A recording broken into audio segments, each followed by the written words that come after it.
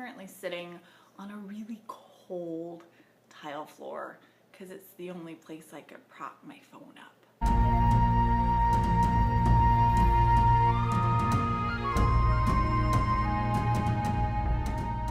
Hi everyone, I'm Catherine and this is a new setup because I'm in Costa Rica. Okay, I'm tired. Right now in Costa Rica when you're watching this, because it's now March, because yeah, pre-filmed. But I am in Costa Rica while filming this in my hotel room, so there might be a weird echo. We'll see when I edit this. I don't know how it's gonna turn out. But I wanted to get this review done before I forgot about the book. Not that I would forget about it, but while it's fresh in my mind. I also had the room to myself for a couple minutes because everyone else is downstairs watching the show and I came up to shower. And I was like, I'm gonna take advantage of this. So let's get right into it, shall we? Last summer, like summer, I started reading The Girl with the Iron Touch by Kady Cross. This is the third book in her Steampunk series. The first two were amazing, so I had really high hopes for this third one. And I really liked the character Emily in the previous two books, and this one's more focused on her. So I went into it expecting something pretty spectacular. Now, I don't know if it's because I just wasn't in the mood or what, but I just could not connect with this book. It was a struggle. I mean, like, it's now, while I'm filming this, February, mid-February, and I just forced myself to finally finish reading this book while on the flight here. Granted, I'm very happy I made myself do this, but still, it's been a struggle. This has taken me months to read, which is really not the norm for a book. So there was a lot that I really liked about this book. I liked the characters. I love the characters. The characters are awesome. From his lordship to Finley to Emily to Sam. Who else? Oh my goodness. Jack and Jasper and all the return characters. I love. I even really like the new character Mila.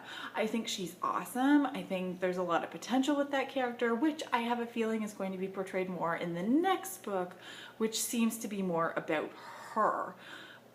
But I don't know, there was just something about this book. It took forever for me to get into. I just, meh.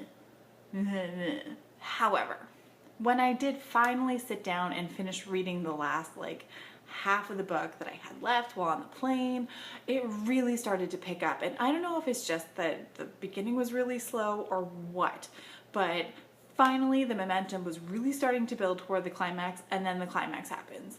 And then 5 pages later the story ends, and yeah, slightly unfulfilling climax. But a lot happened in that climax, which lasted about 2 pages, so I don't know if I just feel as though not a lot happened in this book, even though, I mean, plenty did. There were return characters from the previous first 2 books, and things that happened from the first 2 books are coming back to bite the characters in the ass in this book. So I mean, like, there's a lot of continuation. Maybe it's just because it's been so long since I read the last 2 books that I just, yeah. Nah. But I did really want to like this. I have a feeling if I actually sat down and read them consecutively over the course of like a couple weeks or a couple days, it would have gone a lot differently. But if memory serves, it's been a couple years in between reading books 2 and books 3, and book 4 is already out. It's been out for quite a while too, and I have both book 2 and 3 on my Kindle here from NetGalley from I don't know how long ago. It's been that long.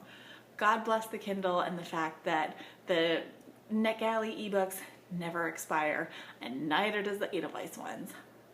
I would definitely recommend this book to anyone who really likes steampunk.